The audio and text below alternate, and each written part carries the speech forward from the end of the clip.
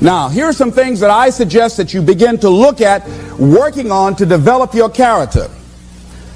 Some things that will give you some personal strength. Webster says character building activities. He says character, the pattern of behavior or personality found in an individual or group. Moral strength, self-discipline, fortitude. That's what's going to be required in order to begin to manifest your greatness.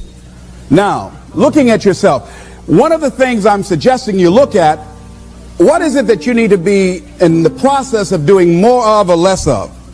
Like being more direct. So I used to have a problem of not telling people what I actually thought because I didn't want to hurt anybody's feelings. Saying no without feeling guilty. More focused. So I used to be the jack of all trades and master of none. Used to do a lot of things. One year I decided to do one thing well. I looked at all of my talents and I decided the strongest one, my ability as a speaker, that's the one I'm going to focus on. But I'm capable of doing a lot of other things. But only when I decided to focus did I begin to reap the rewards of my talent. And then after you do that, you can begin to expand and use the other talents that you have. Deciding to keep your word. If you just decide, I'm going to keep my word. If I say something, I'm going to do it regardless. Being more considerate. More trusting, more disciplined, being less fearful, being more adventurous. Find something that you can look at your life that you say, hey, I know I've got a problem in this area, being late. I need to take care of that. Procrastinating, I need to deal with that. Not taking care of business, being seriously not serious. Creating an imbalance in my life where I'm spending more time looking at television or having social fun and not spending enough time working on me. See, most people, ladies and gentlemen, spend more time working on their jobs than they spend working on themselves. They work harder on their jobs than they work on themselves. And whatever we achieve in life, whatever we create, whatever we're able to manifest comes out of the human mind.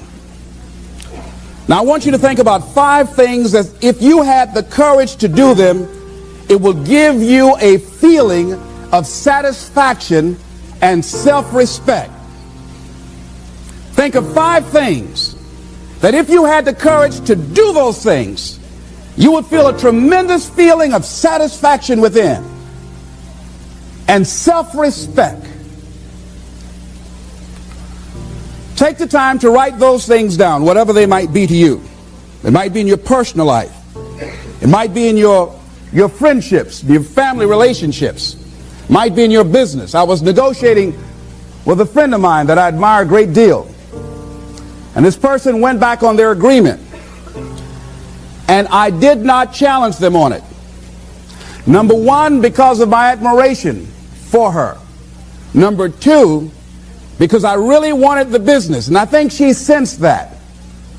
So I didn't want to seem too picky, and I was nervous about it. And I was cowardly. Because I should have said, listen, that's not what we agreed to. I should have called her on that. But I didn't want to look bad or to appear to be negative or risk losing the business. Look at 5 things that if you had the courage to do those things, that you would do those things. A lot of people say, well, I've been like this all my life. I just can't change. This is the way I am. I want to tell you that we're going to walk you through these 9 management disciplines in depth and show you how to really bring them to life in your business so you get real measurable growth, real top line growth that's consistent as a system in your business. But everything is couched still within creating breakthroughs with your people. A system is only as strong as its leader. As I've already said, the chokehold on the progress in any company is always either the psychology or the skills of the leader. And I want to just point out before we begin, if you want to create a breakthrough is that moment in time where what was impossible suddenly becomes possible and people do it. They actually follow through. They don't just think about it. Breakthroughs I found in my life, really as I work with business people around the world, I've seen that there are 3 areas that breakthroughs happen. You can create huge change by getting a new strategy. In other words, you find a better system, a better way, you put that strategy in place. Sometimes you can compress decades into days. You can do in weeks or months or a year what you might have thought would take multiple years. The right strategy can really cut through all the waste, and that's really what technology. But sometimes people have the strategy. They know what to do. They know the breakthrough. They know what can make this all happen, but they don't do anything with it. And they don't do it with it. They don't follow through. It's like the typical example. Most Americans today are overweight, the majority. 3 out of every 4 men, and a third of our population, more than a third, 38%, are obese today. That means they're 30 pounds overweight or more. Why? Is it because the strategies of how to be fit, strong, or healthy are so complex? Or they're so expensive, only the 1% can afford them? Or they're hidden and you just have to work your guts out for years to find them? The strategies are everywhere, aren't they?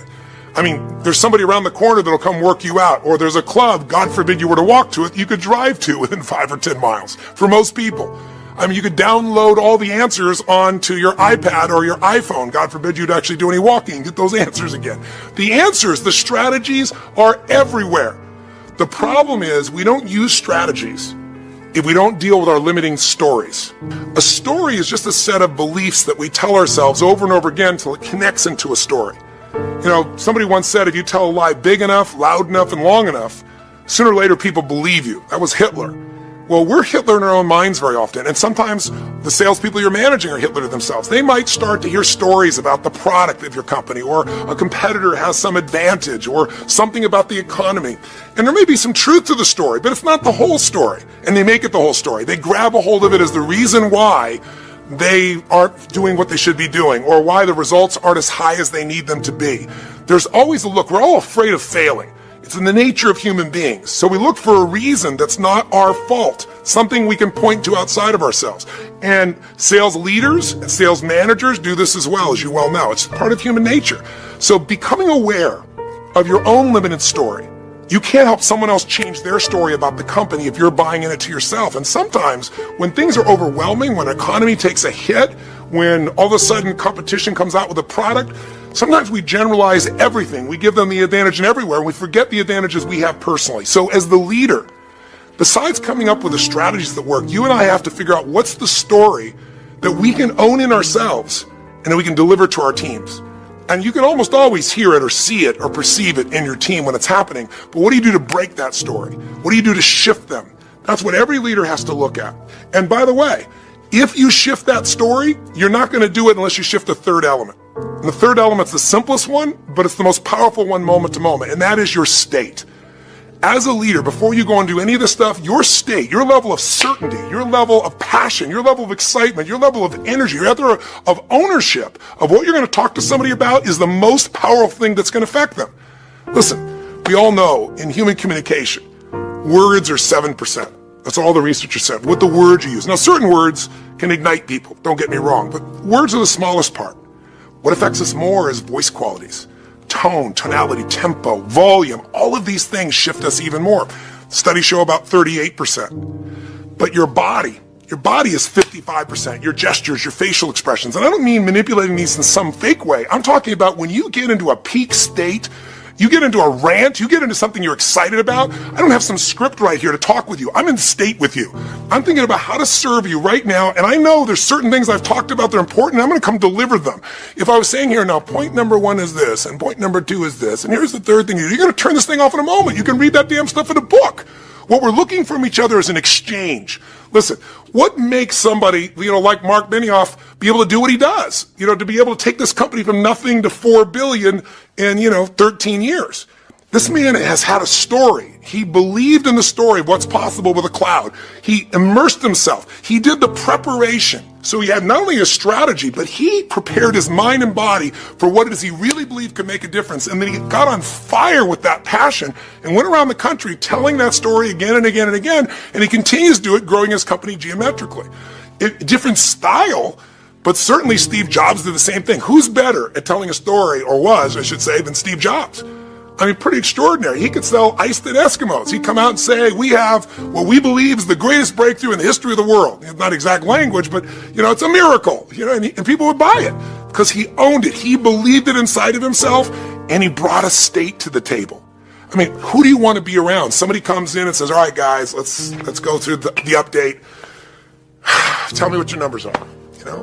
that person, and I'm exaggerating only slightly, unfortunately, from some things I've seen in large corporations, that person, I don't care what system you put in place.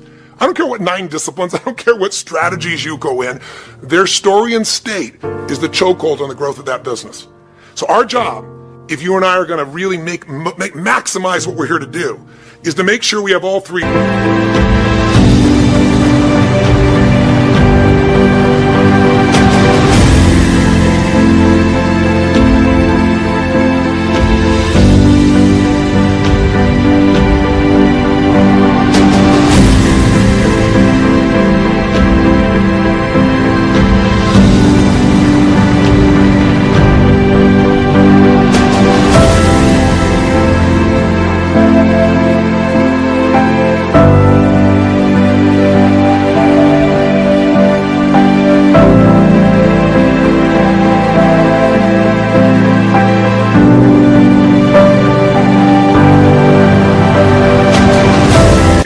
The right strategies, the best we can find, a story that we own that's real and authentic, but that we own, that's inside of us, and that we can translate to other people, but also the state to make that happen.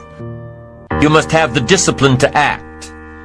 Now here's what's important about discipline. One discipline affects another discipline. All disciplines affect each other. In fact, here's a good philosophical phrase. Everything affects everything else. Nothing stands alone. Don't be naive and say, this doesn't matter. Of course it matters. It all matters. Some things may matter more than others, but everything matters. If you'd rather sleep in than go for a walk around the neighborhood, pretty soon it will matter. If you'd rather spend your money instead of saving it, pretty soon it will matter. If you'd rather put off a letter to an old friend instead of corresponding regularly, pretty soon it will matter. If you'd rather work late every night instead of going home and spending time with your family, pretty soon it will matter. It all matters. Every letdown affects the rest. If you won't walk around the block, you probably won't eat right. And you probably won't buy the books, and you probably won't attend the seminars, and you probably won't spend your money wisely. And after years of this, it all adds up. So the key to reversing this process is to start picking up the disciplines. It does matter. It all matters. Now, here's the positive side. Every new discipline affects the rest. Every new discipline makes a difference. That's why action is so important. The smallest action, the least action. The action that you won't think will matter. It all matters. Take it. Because when you start accomplishing and the value starts to return, you'll find inspiration to do the next one and the next one and the next one. If you start walking around the block, it'll inspire you to start eating right. You start eating right, it'll inspire you to get a book. You get a book and it'll inspire you to get a journal. You get a journal and it'll inspire you to develop some skills. Disciplines affect each other. Lack affects the rest of your life. The key is to diminish the lack. One of our greatest temptations is to just ease up a bit. To do just a little bit less than you're capable of. To take a little break. Somebody says, it'll just affect my sales. No.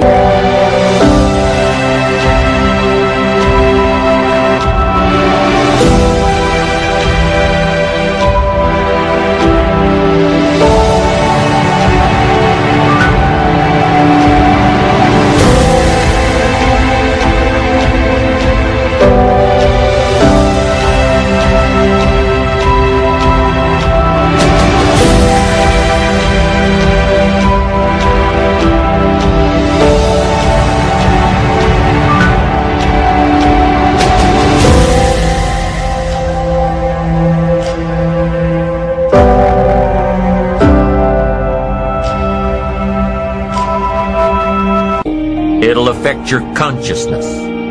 It'll affect your philosophies. It'll affect your home life. It'll affect everything. No, you can't ease up a bit. That's what vacations are for. When you're at work, work. When you're on vacation, rest. Wherever you are, be there. If you think about vacation when you're at work, you'll surely think about work when you're on vacation. You'll just mess it all up. So be disciplined. Get involved. Do all that it takes to get the job done. Get your health back. Get your bank account where it's supposed to be. Get your family in order. Get disciplined, be disciplined every day. When you set up the disciplines that give your life structure, miracles can happen. Multiply. And I'm telling you, anybody who wants to make a drastic change in their income can do it. I was broke at age 25 and a millionaire at age 31. Everything around me was the same. I changed. I refined my philosophy. I read the books. I took the classes.